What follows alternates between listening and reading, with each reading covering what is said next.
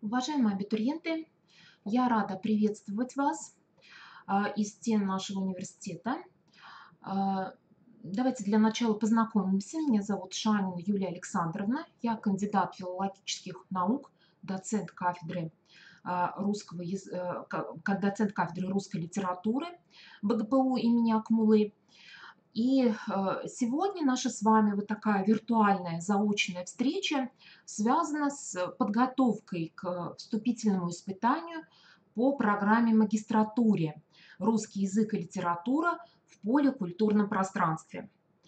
Я рада, что вы выбрали нашу программу. Она очень разноплановая, широкая, предполагается освоение очень интересного учебного плана, разнообразных дисциплин, которые являются на сегодняшний день очень актуальными. И чтобы стать полноценными магистрантами, студентами нашего университета, необходимо вот пройти это вступительное испытание, о котором мы сегодня с вами будем говорить. Ну вот давайте мы приступим к нашей работе.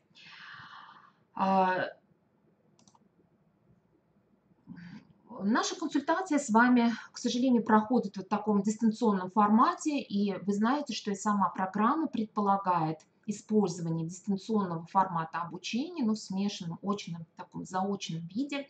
Но пока дистанционная форма преобладает в силу сложившихся обстоятельств.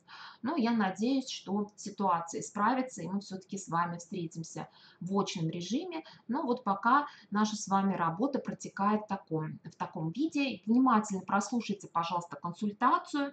И в конце, в завершении, я дам свои контактные данные. И по итогам консультации буду ожидать ваших писем, вопросов, на которые я обязательно отвечу. Постараюсь исчерпывающе ответить, но прежде чем задавать вопрос, пожалуйста, внимательно прослушайте все то, что я скажу вот в рамках данной консультации, потому что многие из вопросов я попыталась, так сказать, предупредить, что ли, да, и поэтому общую информацию, ну и нужно ее, конечно, внимательно прослушать, чтобы следовать вот в дальнейшем вот этому алгоритму, да, потому что дистанционные форматы экзамена также предполагает такую собранность, дисциплинированность, да, потому что вернуться, так сказать, ну, нельзя, что ли, время экзамена очень ограничено, вот переспросить что-то, уточнить тоже нет возможности во время экзамена. Поэтому вот предварительно всю вот эту процедуру, которая вам предстоит, внимательно как бы прослушайте, представьте ее себе, вот для того, чтобы каких-то не было технических, что ли, ошибок, которые бы не позволили вам успешно сдать экзамен. Ну и сама консультация, она будет касаться как технических вопросов, так и содержательных. Итак, форма экзамена. Согласно программе вступительных испытаний, которая представлена на сайте нашего университета в разделе «Приемная кампания», сказано, что вступительные испытания проводятся в формате экзаменационного тестирования с учетом портфолио. В этом году дата проведения экзамена 16 августа 2021 года. Вы сдаете экзамены с 10 до 20 часов, то есть в этот промежуток времени вы должны войти в систему и начать тестирование. Понятно, что в систему вы не можете войти в 19:00, потому что в этом случае вы не успеете завершить тестирование, да, поэтому, конечно, нужно зайти пораньше, да, для того, чтобы у вас было время для прохождения вот этих всех испытаний, да, и чтобы было время разобраться с самой системой, например, разместить портфолио, да, поэтому поздно заходить не нужно, нужно как можно раньше как бы воспользоваться самым, ну, длительным, что ли, промежутком времени, да, для работы в системе и сдачи экзамена.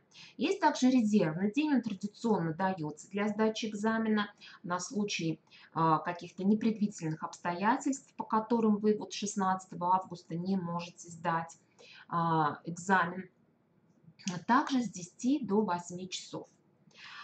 В портфолио учитываются средняя оценка в дипломе об образовании, удостоверение о повышении квалификации, сертификаты, подтверждающие участие в методических семинарах, профессиональных конкурсах, конференциях.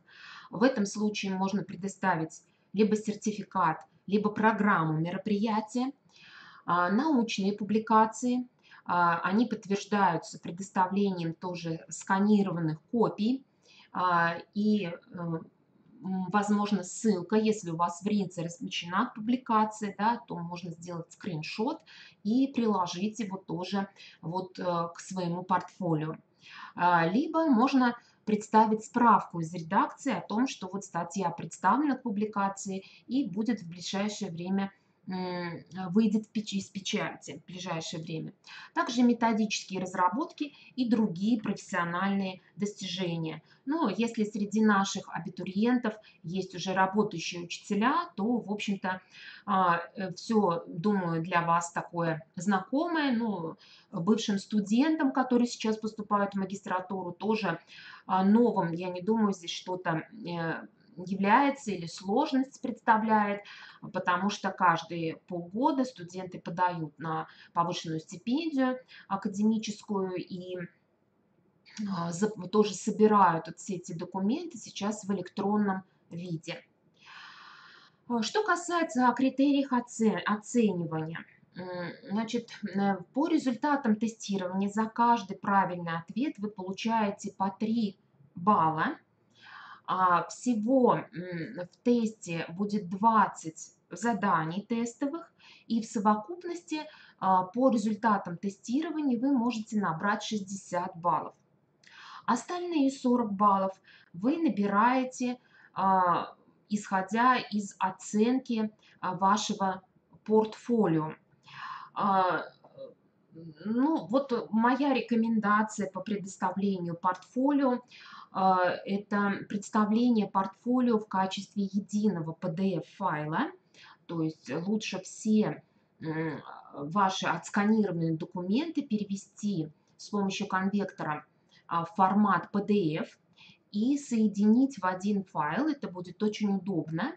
И согласно вот данной таблице, как бы, ну, пронумеровать, что ли, их, то есть, что вы представили, или опись, что ли, такую своеобразную сделать для того, чтобы никакой ваш документ не был утерян, да, и для того, чтобы членам комиссии было очевидно, что вы вот действительно представили вот такие-то достижения, да, то есть, допустим, вот вы пишете удостоверение о повышении квалификации, такие-то, такие-то, с такого-то по такое-то, участие в семинарах, конференциях, сертификат такой-то, повышение квалификации пройдено тогда-то, и обычно к удостоверению прилагается номер, да.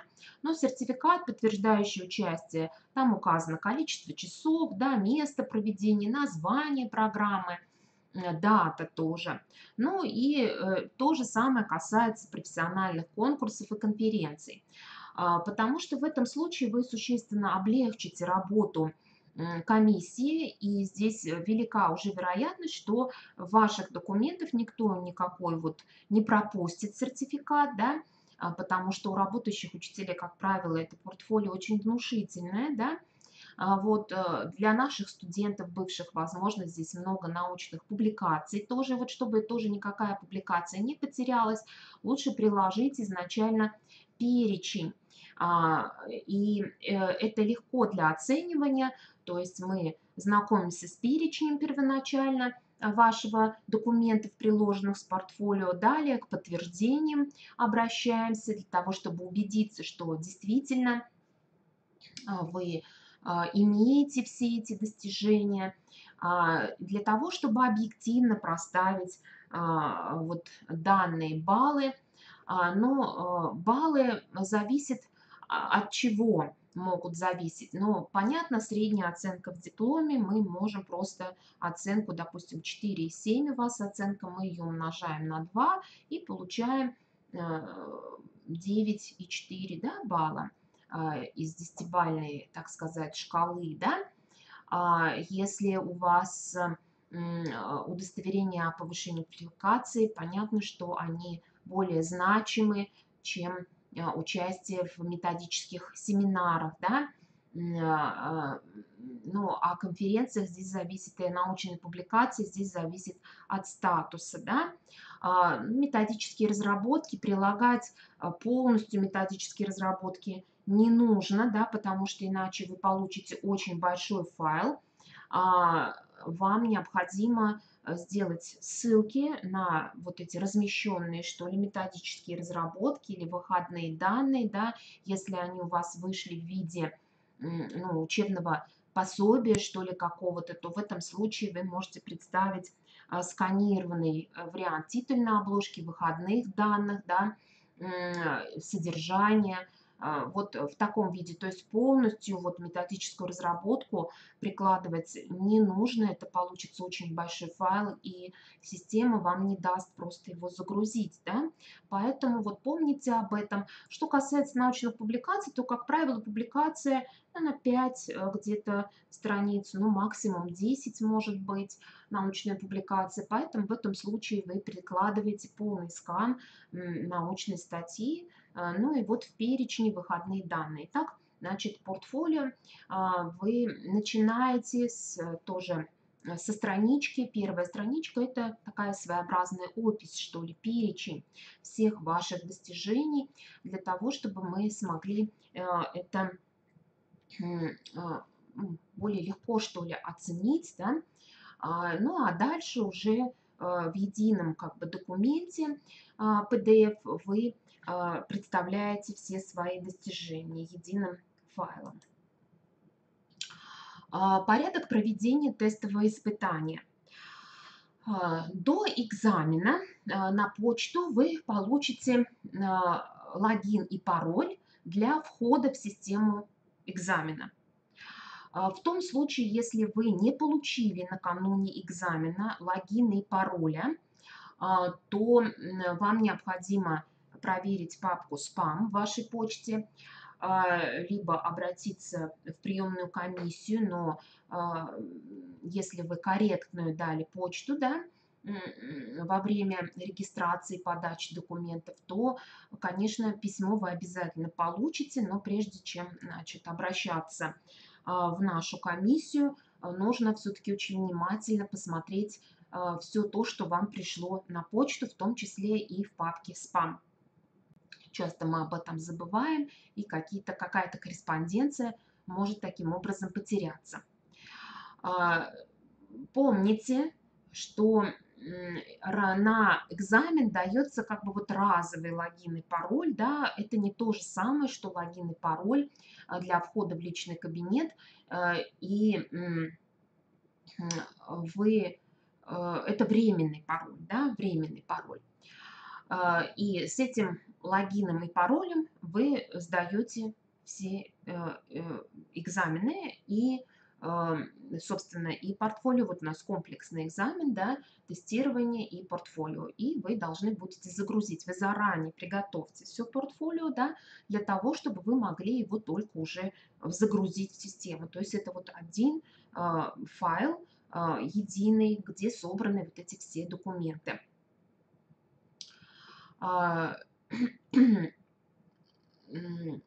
Вы должны зайти в личный кабинет, затем в расписание вступительных испытаний, и справа будет кнопка «Сдать онлайн экзамен», и вы нажимаете на нее, вводите логин и пароль, который вы получили, и начинаете тестирование. Ну, еще раз повторяю, что лучше, конечно, войти в систему заранее, да, то есть не ждать вечера, а с началом экзамена приступить к испытанию. И как только вы нажали «Начать тестирование», с этого времени идет отсчет времени. И То есть, если вам нужно как-то время сориентироваться, да, с тестированием, то и в самой системе лучше вот это сделать заранее, да, то есть вот перед тем, как начать тестирование, приготовить себе таймер, еще что-то для того, чтобы потом не отвлекаться.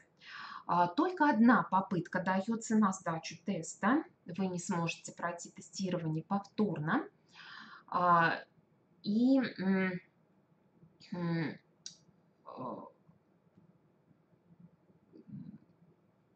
то есть, ну и вот опять же, самое позднее время входа — это 1 час. Всего на сдачу теста у вас 1 час. Будет 1 час. Ну, собственно, 20 вопросов — это вполне, так сказать, ну, время достаточное для того, чтобы уместиться, уложиться в него, успешно уложиться, еще перепроверить, да, все то, что вы написали. Поэтому вот а, этим часом ограничьтесь. Порядок проведения тестового испытания. Ну, понятно, что во время испытания вы должны испытание проходить самостоятельно. Не должен быть доступ к компьютеру других лиц. Нельзя использовать учебную справочную литературу, нельзя искать информацию в сети интернет, открывать дополнительные окна и использовать любые другие мобильные устройства для того, чтобы вот проходить вступительное испытание. Теперь давайте посмотрим, обратимся к тем разделам, которые будут проверяться в ходе испытания. И я бы здесь хотела подчеркнуть специфику магистерской подготовки. Да? Магистерская подготовка предполагает обучение не только специалистов, уже получивших высшее образование в области филологии, да, но и это могут быть специалисты других профилей, да, то есть магистратура, она позволяет простроить такой индивидуальный, что ли, график обучения, повышения квалификации, да, и поэтому сама программа вступительных испытаний, она рассчитана на очень широкий круг абитуриентов, да, которые ну, не то, что вот на уровне высшего образования уже полностью как бы знают вот все эти предметы, русский язык и литературу, да, а все-таки здесь уровень, который предполагает привлечение более широкой, что ли, абитуриентов, широкого круга абитуриентов и позволяет учителям пройти такую профессиональную переподготовку именно, да,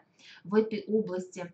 И поэтому вступительные испытания у нас не могут базироваться на знаниях, полученных студентами, собственно, на филологических факультетах. Хотя по самой предметной подготовки программа, она соответствует уровню магистратуры, несомненно, и это новая ступень будет даже для тех, кто уже имеет глубокое вот такое высшее филологическое образование, уровня бакалавриата. Все равно, конечно, сами дисциплины, они именно дальше продвигают, что ли, в плане получения компетенций новых, умений, знаний, навыков наших магистрантов. Но вступительные испытания вот позволяют, что ли, приступить к обучению с такими знаниями остаточными, что ли, да, в области филологии.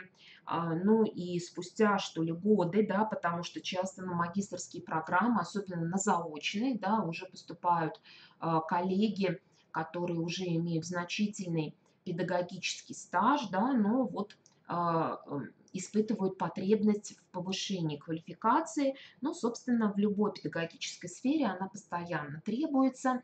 И это вот получается, что сами магистранты — это такой очень широкий круг лиц, поэтому здесь и сама программа, она вступительных испытаний, разделы, что ли, которые будут проверяться, они не узколингвистические или не узколитературоведческие.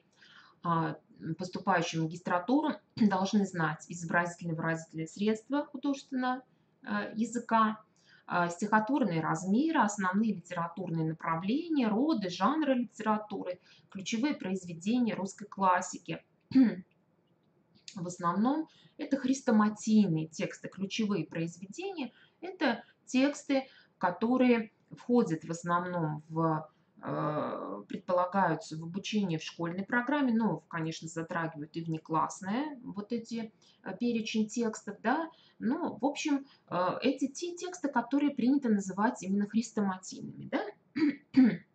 Также необходимо иметь навыки анализа, интерпретации литературного текста, а, и владеть навыками литературоведческого анализа, да, то есть интерпретация связана с выявлением идейного содержания, литературоведческий анализ уже с применением определенных методик. Что касается русского языка, да, то здесь необходимо знать основные стили, жанры современного русского языка, языковые нормы. Но вот здесь как бы очень кратко об этом сказано, языковые нормы. На самом деле это очень широкая область, да, языковые нормы, которые изучаются в школе на протяжении 11 лет, да, закрепляются в вузовской потом практике, да, профессиональной деятельности. Это самые разные нормы, грамматические, да, речевые нормы, нормы орфоэпические, орфографические, пунктуационные и так далее, да, то есть вот именно нормы, которые касаются разных разделов русского языка. Ну и здесь умение проводить лингвистический анализ и давать лингвокультурологический комментарий художественного текста. Давайте мы с вами посмотрим, какие конкретно могут быть задания, да, виды заданий. Я не стала давать здесь прямо развернутый тест, да, но понятно, что вслед за вопросом будут даны варианты ответов, несомненно, да, и вот возможны такие варианты заданий, например, какой стихотворный размер использует автор. Далее дается отрывок из стихотворного текста и предлагается перечень ответов, да, ям, харей, амфибрахи и так далее.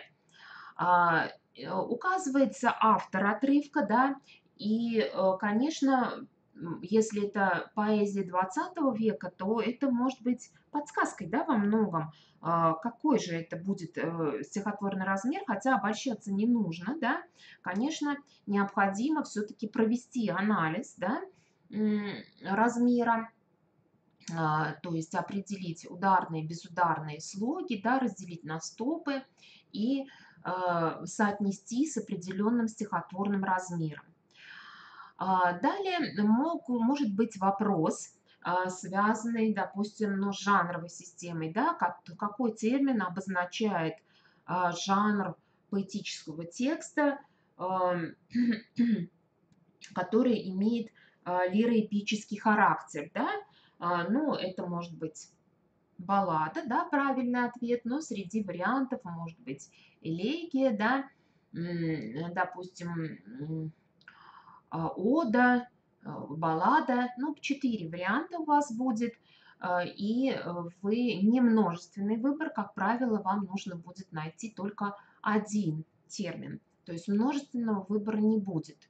Не будет так, что вам надо будет 2-3 ответа найти, только один однозначный ответ. Какой вид строфы, да, использует автор в данном поэтическом фрагменте? Ну, аналогично вот первому вопросу.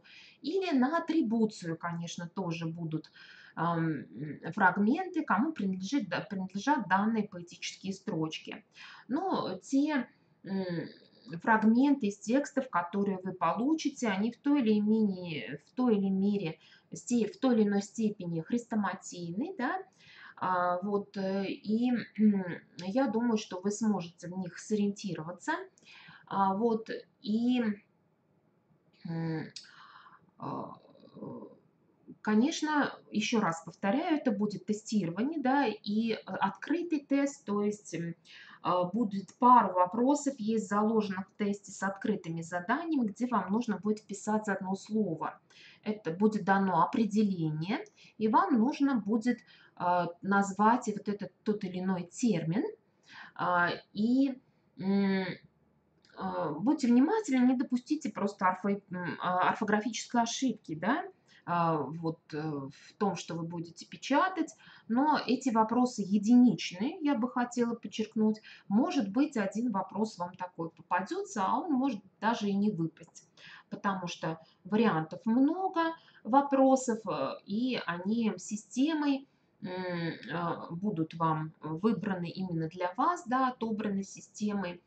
А, И не факт, что вот вам такой вопрос попадется. Но много будет вопросов, тоже атрибуция не только по поэтическим строчкам, но и по названию произведения, да, или, допустим, кто из русских писателей обращался к крестьянской теме, да, понятно, что вот Некрасов, да, то есть это вот такие задания, они достаточно, что ли, еще раз подчеркну, хрестоматийные, да. Ну, более подробно я представила здесь виды заданий по русскому языку. Здесь я тоже дала только сами задания, без вариантов, ответов. Как правило, будет задание, к нему предложение к этому заданию или перечень слов, которые будут среди которых или работая с которыми, да, вы должны будете дать правильный ответ.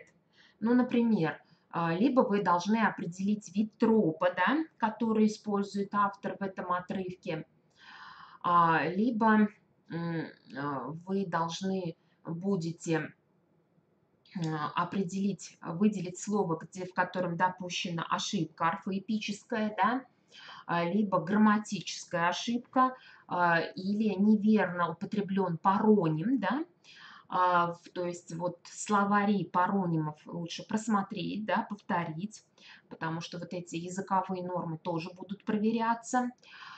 В предложениях вам необходимо будет либо квалифицировать грамматическую ошибку, то есть будет дано предложение и перечислены виды ошибок. Но это задание решается достаточно просто. Вообще любое задание, связанное с синтаксисом, начинается с того, что вы находите грамматическую основу в каждом простом предложении, да, в составе сложного. В основном, конечно, вам будут даны сложные предложения, да, для анализа. Поэтому первое, что нужно сделать, это определить грамматическую основу, и после этого уже вам будет легко и запятые расставить, да, и грамматическую ошибку выявить и так далее. Ну и соотнести вот вид грамматической ошибки, то есть если это касается, допустим, употребления депричастного оборота, значит нужно соотнести, есть ли, вот если среди вариантов ответа неверное употребление депричастного оборота, вам нужно еще раз перечитать предложение, посмотреть, а есть ли там вообще депричастный оборот, да, и вот таким вот методом исключения, что ли, работать над тестом. Укажите, в каком из выделенных слов ниже допущена ошибка в образовании формы слова, но это тоже на грамматику. Укажите все цифры в предложении, имеется в виду, на месте которых пишется удвоенное «н». Это на орфографические нормы задания, да, ну и тоже на орфографию задания. Укажите варианты ответов, в которых во всех словах одного ряда пропущена одна и та же буква, да. Ну, то есть это либо гласная, либо согласная. И надо подчеркнуть здесь, что вы, наверное, кто знаком с технологией сдачи ЕГЭ по русскому языку или кто сдавал ЕГЭ по русскому языку, вы, наверное, видите здесь аналогию, да, что задания во многом похожи. И здесь они разнятся дидактическим материалом, да, самим, на основе которого вот вы будете решать эти задания. Надо сказать, что задания ЕГЭ, они очень хорошо на самом деле проверяют и уровень владения языковыми нормами, и грамматику. Они разработаны очень хорошо, сами виды, что ли, вот этих заданий. Поэтому нам кажется, что в формате тестирования, то есть если бы у нас был очный экзамен, то мы бы вам предложили или несколько иного как бы плана заданий, да, которые позволили бы в свободной, так сказать, беседе именно проанализировать всесторонний, так сказать, текст. Но в дистанционной форме, в формате теста это не получится, да, поэтому вот мы с вами, мы вот пошли, что ли, по такому пути, да, и я надеюсь очень, что вы успешно справитесь вот с этим этапом, да. Единственное, что здесь очень важно, это, конечно, быть в нем предельно внимательными, да. То есть очень внимательно читайте и перечитывайте задания, что от вас требуется, да, именно какое задание нужно выполнить, потому что очень частая ошибка: читаю то, что хочу читать, вижу то, что хочу, а не то, что на самом деле написано, да. То есть вы как бы угадываете сразу, что тут какое задание, и дальше на самом деле не читаете. Поэтому время у вас будет, задания, они, еще раз повторюсь, такие, ну, хрестоматийные, и я думаю, что у вас вам не составит труда вот пройти это тестирование. Но поскольку это магистерская программа, то помимо вот этих просто проверки знаний, конечно, тут очень важно и ваше портфолио будет играть существенную, что ли, роль, да. Здесь вы видите рекомендованную литературу, она есть и в нашей программе, размещенной вступительных испытаний, размещенной на сайте. А, И а, это справочники, это вот литературные энциклопедии терминов и понятий. Ну, понятно, что сесть и просто читать справочник перед экзаменом сложно довольно-таки. Я предлагаю вам, хочу адресовать вас к сайтам ФИПИ, где есть уже задания, тестовые задания по русскому языку, да, ну и, собственно, по литературе, потому что если вы будете их решать на 5, так сказать, ну, отлично, то вы справитесь с вступительным испытанием. И просто решать в каком плане, не просто вот тесты решать, да, а разбирать их, да, то есть если вы обнаруживаете, что вот с какими-то тестами вы не справляетесь, в этом случае вы обращаетесь уже к справочнику, энциклопедии и повторяете какие-то термины и понятия. А, Есть очень хорошее издание детской энциклопедии, вроде бы для магистрантов его вот в таком перечне сложно порекомендовать, да, но тем не менее она написана очень хорошей группой авторов. Это издание «Аванта Плюс», 2 тома энциклопедии, которая посвящена русской литературе, и там есть раздел как раз посвященный литературным терминам и понятиям. Он очень ясно написан, его и в методической точке зрения, как дидактический материал в школе очень хорошо использовать. Ну и чтобы, то есть с научной точки зрения, там все термины очень как бы ясно даны, да, и для того, чтобы пройти вот это вступительное испытание, в общем-то, этого уровня достаточно. Но я бы призвала вас обращаться все-таки к учебной литературе, да, а не к разрозненным материалам, которые представлены на различных сайтах по подготовке к ЕГЭ, да, потому что иногда бывает не совсем достоверный материал представлен, вот, и все-таки вот к учебным изданиям, да, академическим изданиям обратиться, рекомендованным изданиям, и